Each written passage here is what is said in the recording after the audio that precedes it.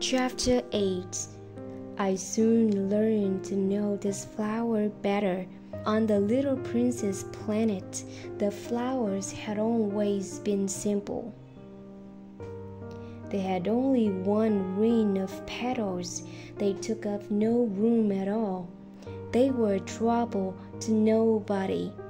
One morning they would appear in the grass, and by night they would have faded peacefully away. But one day, from a seed blown from no one knew where, a new flower had come up. And the little prince had watched very closely over the small sprout, which was not like any other small sprout on his planet. It might, you see, have been a new kind of baobab. The shrub soon stopped growing and began to get ready to produce a flower. The little prince, who was present at the first appearance of the huge bug, felt at once that some sort of miraculous apparition must emerge from it. But the flower was not satisfied to complete the preparations for her beauty in the shelter of the green chamber. She chose her colors with the greatest care. She adjusted her petals one by one. She did not wish to go out into the world all rumpled, like the field poppies.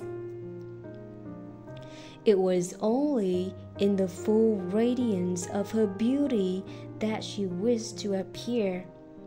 Oh, yes!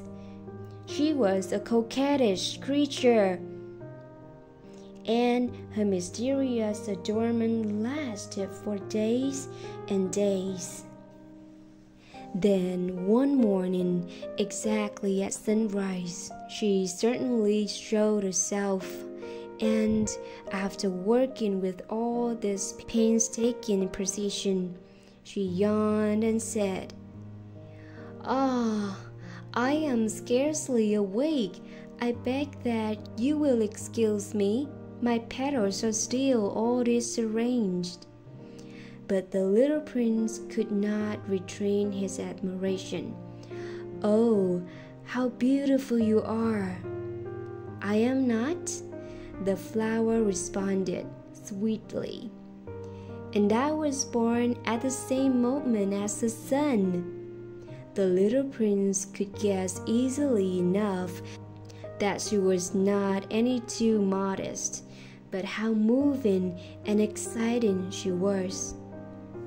"I think it is time for breakfast," she added an instant later. "If you would have the kindness to think of my needs." And the little prince, completely abashed, went to look for a sprinkling can of fresh water, so he tended the flower. So, too, she began very quickly to torment him with her vanity, which was, if the truth be known, a little difficult to deal with. One day, for instance, when she was speaking of her foreign thorns, she said to the little prince, "Let the tigers come with their claws." "There are no tigers on my planet," the little prince objected. "And anyway, tigers do not eat weeds." "I am not to eat," the flower replied sweetly. "Please excuse me. I am not at all afraid of tigers," she went on, "but I have horror of drafts. I suppose you wouldn't have a screen for me?" "A horror of drafts? That is a bad luck for a plant," remarked the little prince, and added to himself, "This flower is a very complex creature." At night, "I want you to put me under the glass globe. It is very cold where you live. in the place I came from." But she interrupted herself at that point. She had come in the form of a seed. She could not have known anything of any other world.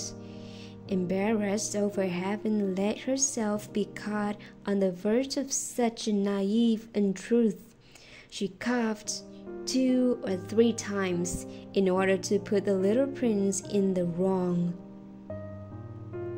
"The screen? I was just going to look for it when you spoke to me."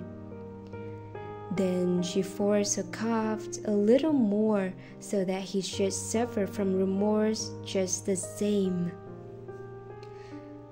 So the little prince, in spite of all the goodwill that was inseparable from his love, had soon begun to doubt her.